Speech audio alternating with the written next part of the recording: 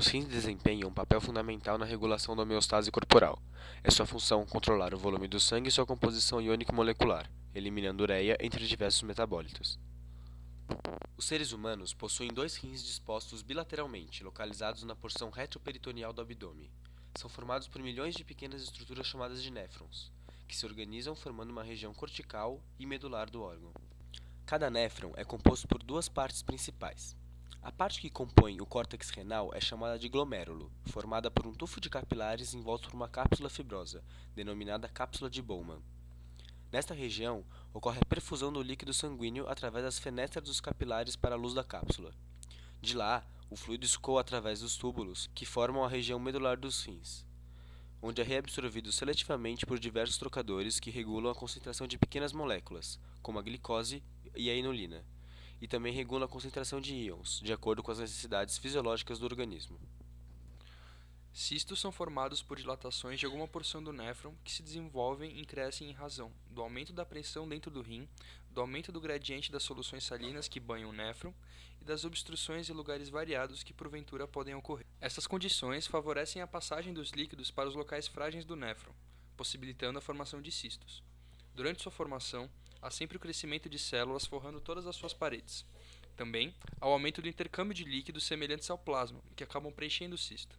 Dessa maneira, os cistos têm paredes celulares finas e estão cheios de um líquido semelhante ao plasma, que pode conter algumas substâncias semissólidas. Os cistos podem ocorrer nos dois rins e são quase sempre em pequeno número e tamanho menor que 3 centímetros. Quando todo o rim é tomado por incontáveis cistos, caracteriza-se o quadro de rim policístico. É uma enfermidade que acaba substituindo o tecido normal dos rins por cistos cheios de líquido. O crescimento progressivo desses inúmeros cistos eventualmente desloca o tecido normal do rim, causando dano renal. Esse dano acaba determinando insuficiência dos rins, fazendo com que haja um acúmulo de toxinas no organismo. A doença policística renal é também conhecida como rins policísticos ou cistos renais. Ela apresenta-se de duas formas, uma de caráter recessivo e uma de caráter dominante. A doença recessiva, que se manifesta em crianças, aparece geralmente durante o primeiro ano de vida da criança, quando já está evidenciado um grande comprometimento das funções renais. É uma doença genética rara, que ocorre na faixa de um caso para 10.000 até um caso para 40.000 pessoas numa comunidade.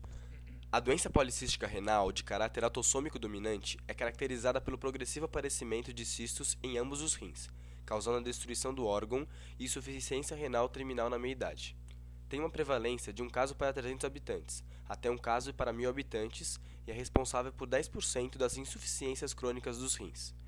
90% dos casos são herdados, como um traço autossômico dominante, e aproximadamente 10% dos casos ocorrem espontaneamente por mutação cromossômica.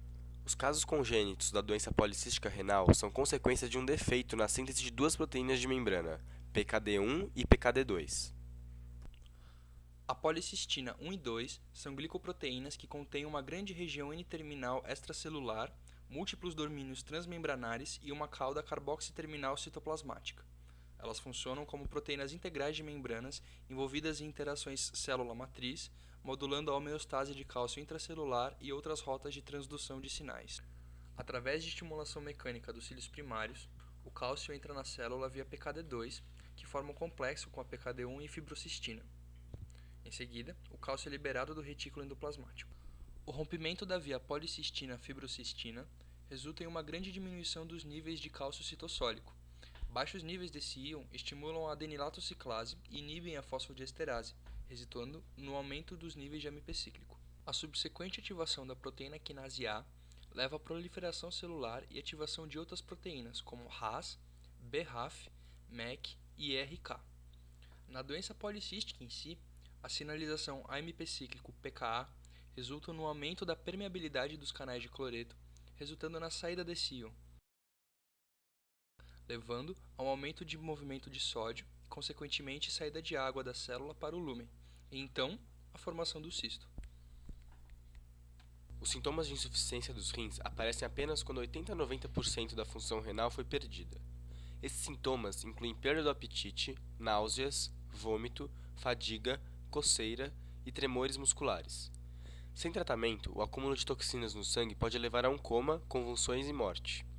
Se os rins falham, o paciente pode ser tratado por hemodiálise, diálise peritoneal ou transplante renal. Os pacientes com doença policística do adulto toleram bem qualquer dos tratamentos. Para quem tem esse tipo de doença policística, há necessidade de uma dieta especial. No momento, não existe nenhuma dieta específica que previna os cistos de se desenvolverem nos pacientes com essa doença.